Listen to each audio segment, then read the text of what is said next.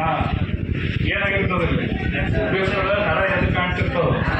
ಏನು ಹಿಂಗಾಗುತ್ತೆ? 10th ಓದ್ತಿದ್ರಲ್ಲ science, ಏನು ಹಿಂಗಾಗುತ್ತೆ?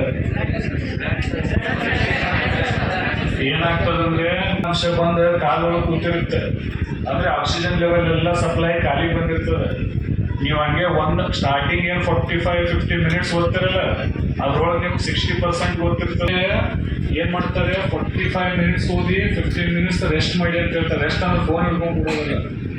ಆ ಅವರಲ್ಲಿ ರೆಸ್ಟ್ ಮಾಡೋ ಒಂದು ಸ್ಮಾಲ್ ನ್ಯಾಪ್, ಸ್ವಲ್ಪ ಲೇಟ್ ಆನ್ ಆಗ್ಬೇಕು, ಈಗ ಮಲಗಬೇಕು. ಏನಾಗುತ್ತೆ ಮಲಗಿದಾಗ?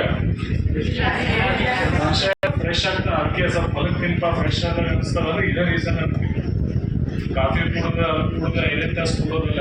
ಅದಕ್ಕೆ ಹೇಳುದು ಅಂದ್ರೆ ಏನಾಗುತ್ತೆ, ನೀವು ಮುಂದಿನ ವರ್ಷ ಆಗೋದು ಇದೇ ವರ್ಷ ಆಗ್ತದೆ, ಈ ವರ್ಷ ಆಗೋದು ಈಗಲೇ ಆಗ್ತದೆ. ಯಾವತ್ತೂ ಸಕ್ಸಸ್ನ ಮುಂದೆ ಹಾಕೊಂತ ಹೋಗ್ಬಾರ್ದು. ಲೈಫ್ ಶಾರ್ಟ್ ಅದ ಭಾಳ, ಮುಂದೆ ಹಾಕೊಂತ. ಯಾವತ್ತೂ ನಿಮ್ಮ ಸ್ಟಡಿ ಒಳಗೆ ಬರೀ ಓದೋದಷ್ಟೇ ಇಲ್ಲ, ಎಲ್ಲ ಥರದ ಹವ್ಯಾಸಗಳಿರ್ಬೇಕು, ಆಟೋ ಪಾಠಗಳಿರ್ಬೇಕು, ಸೋಷಿಯಲ್ ಸರ್ವಿಸಿಂಗ್ ನೇಚರ್ ಇರಬೇಕು, ಸಮಾಜದಾಗ ಏನೇನು ನಡೀಲ ಅಂತ ಘಟನಾವಳಿಗಳ ಬಗ್ಗೆ ನಿಮ್ಗೆ ನಾಲೆಜ್ ಇರಬೇಕು, ಅದ್ರ ಬಗ್ಗೆ ತಿಳ್ಕೊಬೇಕು. ಯಾವ ಫೀಲ್ಡಲ್ಲಿ ಹೋಗ್ತಿರ್ತೀರ ಆ ಫೀಲ್ಡ್ ಬಗ್ಗೆ ಮುಂದೆ ಏನಿರ್ತದೆ ಇಂಟ್ರೆಸ್ಟ್ ತೊಗೋಬೇಕು ನೀವು. ಅದು ಈಗಲಿಂತ್ರನೇ ಶುರು ಆಗಬೇಕು. ನಾವು ಬಂದು ಹೇಳುವಾಗ ಒಂದು 2 ತಾಸು ಮಟ್ಟ ಫುಲ್ ಜೋಶ್ ಅಡಕತೆ ಆಗೋದು. ಇನ್ನು ನೀವು ಅರ್ಥಕೋಬೇಕು, ಆಯಿತು ಈ ಟೈಮಲ್ಲಿ ನಿಮ್ಗೆ ಗೋಲ್ಡನ್ ಏಜ್ ಇರ್ತದೆ, ಲೈಫ್ ಸ್ಟೂಡೆಂಟ್ ಲೈಫ್ ಇರ್ತದೆ, ಅದನ್ನು ಎಂಜಾಯ್ ಮಾಡ್ಬೇಕಂತಿರ್ತೀರಿ, ಫ್ರೆಂಡ್ಸ್ ಜೊತೆ ಇದೆಲ್ಲ ಓಕೆ. ಬಟ್ ನಿಮ್ಮನ್ನು ನಂಬ್ಕೊಂಡಂಥ ಜೀವಗಳು ಕೆಲವೊಂದು ಇರ್ತಾವೆ ಮನೆಯಲ್ಲಿ. ನಿಮ್ಮ ಫ್ಯೂಚರ್ ಪಾರ್ಟ್ನರು ಅಥವಾ ಪ್ರೆಸೆಂಟ್. ನಮ್ಮ ಬ್ರದರ್ ಈಸ್ ಹ್ಯಾಂಡಿಕ್ಯಾಪ್, ಅವನಿಗೆ ಕಣ್ಕಾಣಲ್ಲ, ಅವನಿಗೆ ಮತ್ತೆ ಬಲ್ಗೈ ಸ್ವಲ್ಪ ಇದು. ನಾನು ಹಳ್ಳಿನಲ್ಲೇ ಇದ್ದು ನನ್ನ ಪುರಸ್ಕಾರ ಮಾಡಿ 1800 ರಿಂದ 2000 ಇರ್ತಕ್ಕಂಥ ಜನಸಂಖ್ಯೆ. ನಾನು ಹಳ್ಳಿನಲ್ಲಿ ಇದ್ದಿದ್ರೆ ಅದೇ ಸುಮ್ಮನೆ ವಿಮಲ್ ಹಾಕೊಂಡು ಮನೇಲಿ ಸ್ವಲ್ಪ ಬೇಡ, ಹಳ್ಳಿನಲ್ಲಿ ಎಜುಕೇಶನ್ ಇದಾಗುತ್ತೆ ಅನ್ಕೊಂಡ್ಬಿಟ್ಟು ಇಲ್ಲಿ ಬಾಗಲಕೋಟೆಗೆ ಏನಕ್ಕೆ ಬ್ರದರ್ ರೂಪಾಯಿಗೆಲ್ಲ ಎಜುಕೇಶನ್ ಇದಾಗಿಲ್ಲ. ಅವಾಗಿಂದಾನೇ ಹೊರಗಿಟ್ಕೊಂಡು ಬಂದಿದ್ದೀವಲ್ಲ, ನೀವು ನೀವೇ ರೋಲ್ ಮಾಡೋದು ಇರ್ತೀರಿ. ನೀವು ಇನ್ನೊಬ್ಬರು ನಮ್ಮಂಥವ್ರ ಮಾತು ಕೇಳಬೇಕಂತೇನಿಲ್ಲ, ಜಸ್ಟ್ ಗೈಡೆನ್ಸಿಗೆ ಅಷ್ಟೇ. ನಿಮ್ಮ ರೋಲ್ ಮಾಡೋದು ನೀವೇ ಆಗ್ಬೇಕು ಯಾವತ್ತು, ಅಂದಾಗಲೇ ಅದನ್ನ ಇದು ಮಾಡ್ಲಿಕ್ಕೆ ಸಾಧ್ಯ ಆಗುತ್ತೆ. ಇಲ್ಲ ಅಂತಂದ್ರೆ ಮುಂದೆ ತುಂಬ ಕಷ್ಟ ಇದೆ. ಯಾಕೆ ಹೇಳ್ತಿದ್ದೀನಿ ಅಂದರೆ ನೋಡ್ಬಿಟ್ಟಿದ್ರೆ ಪಾಪ ಇನ್ನೂ ಅಮೌಂಟ್ ಆಗ್ತಿದ್ದಾರೆ. ಅವರು ಸೈಡ್ ಬೈ ಸೈಡ್ ಈ ಥರ ಕೋಚಿಂಗ್ ಸೆಂಟರ್ಸಲ್ಲಿ ಹೇಳ್ಕೊಂತಾನೆ ನೈಟ್ ಓದ್ತಿದ್ದಾರೆ. ಆ ಲೈಫ್ ಜರ್ನಿನಲ್ಲಿ ನೀವು ಇದೇ ಫೀಲ್ಡು ಅಥವಾ ಸ್ಪರ್ಧಾತ್ಮಕ ಜಗತ್ತಿಗೆ ಬರಬೇಕು ಅಥವಾ ಒಂದು ಏನಾದರೂ ಮಾಡಬೇಕು ಅಂತಂದರೆ ಗೆಟ್ ರೆಡಿ ಇರಬೇಕು. ಎಕ್ಸ್ಪೆಕ್ಟ್ ಮಾಡ್ತೀವಿ ಸಿಗಲ್ಲ ಅಂತ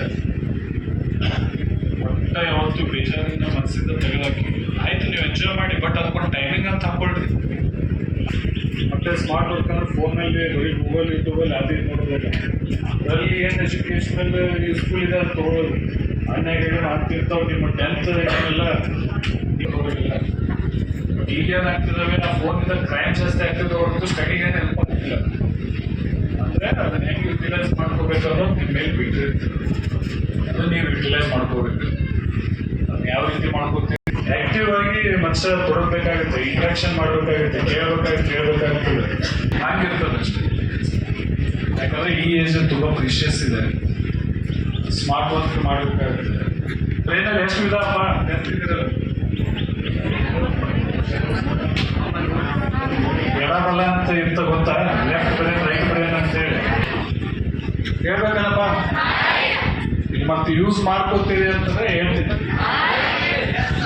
ಯಾವತ್ತು ನೋಡಿ ಎಡಭಾಗದ ಬ್ರೈನ್ ಆಲ್ಮೋಸ್ಟ್ ಸ್ಟಡಿಗಳ ಬಗ್ಗೆ ಇದ್ರ ಬಗ್ಗೆ ಇರ್ತದೆ.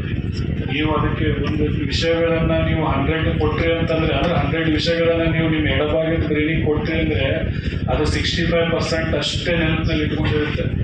ಅದನ್ನು ನೀವು ಮತ್ತೆ ಮತ್ತೆ ತಿರುವಿ ಹಾಕಲಿಲ್ಲ ಅಂದರೆ 65 ಇದೆ 30 ಇದೆ 10 ಅದು ಎಡಭಾಗದ ಫಂಕ್ಷನ್ ಬ್ರೈನ್. ರೈಟ್ ಪಾರ್ಟ್ ಯಾಕಂದರೆ ಇಂಟ್ರೆಸ್ಟ್ ಅದು ನಮ್ಮ ರೈಟ್ ಬ್ರೈನ್. ಪಿಕ್ಚರೈಸೇಷನ್ ಮಾಡ್ತಿರ್ತದೆ. ಪಿಕ್ಚರ್ಸ್ ಯಾವತ್ತೂ ನೆನಪಿರ್ತಾರೆ ಮನುಷ್ಯಗೆ. ನೀವು ಪ್ರಯೋಗಶಾಲೆಯಲ್ಲಿ ಪ್ರಯೋಗ ಮಾಡಿದ್ದು ಹೆಂಗೆ ನೆನಪಿರ್ತದೆ, ಯಾಕಂದ್ರೆ ಅದು ಪಿಕ್ಚರ್ ಎಲ್ಲ ಆಲ್ಮೋಸ್ಟ್ ನಾವು ರೈಟ್ ಹ್ಯಾಂಡರ್ಸ್ ಇರ್ತೀವಿ. ರೈಟ್ ಹ್ಯಾಂಡರ್ಸ್ಗೆ ಲೆಫ್ಟ್ ಬ್ರೈನ್ ವರ್ಕ್ ಆಗ್ತಿರ್ತದೆ ಜಾಸ್ತಿ, ರೈಟ್ ಬ್ರೈನ್ ವರ್ಕ್ ಆಗ್ತಿರಲ್ಲ. ಲೆಫ್ಟ್ ಬ್ರೈನ್ ಮಾಡೋದಕ್ಕಿಂತ ಜಾಸ್ತಿ ಕ್ಲೀನಾಗಿ ನೀಟಾಗಿ ನಾನು ಲೆಫ್ಟ್ ಹ್ಯಾಂಡ್ಲೇ ಮಾಡ್ತೀನಿ. ಯಾಕಂತಂದ್ರೆ ಹೆಲ್ಪ್ ಆಗ್ತದೆ ಲೈಫ್ ಒಳಗೆ. ಸ್ಮಾರ್ಟ್ನೆಸ್ ಇರಬೇಕು. ಪ್ರಯಾಣಕ್ಕೆ ಅಷ್ಟೇ ಇರಬೇಕು, ವೈಪೋಟಿನ ಜಾಸ್ತಿ ಇದೆ. ಅದರಲ್ಲಿ ಒಂದು ಬೇಕು ನಮಗೆ ಅಂತಂದ್ರೆ ನೀವು ಸ್ವಲ್ಪ ಡಿಫ್ರೆಂಟ್ ಆಗಿರುತ್ತೆ. ಬಂದಿದ್ದೀವಲ್ಲ ನಮ್ಗೆ ಗೊತ್ತಾಗುತ್ತೆ. ನಾವು ಇನ್ನೊಂದು ಸ್ವಲ್ಪ ಯಾವಾಗಿದ್ರೆ ನಾನು ಒಂದು ಕುಡಿ ಆಗೋಣ ಅದು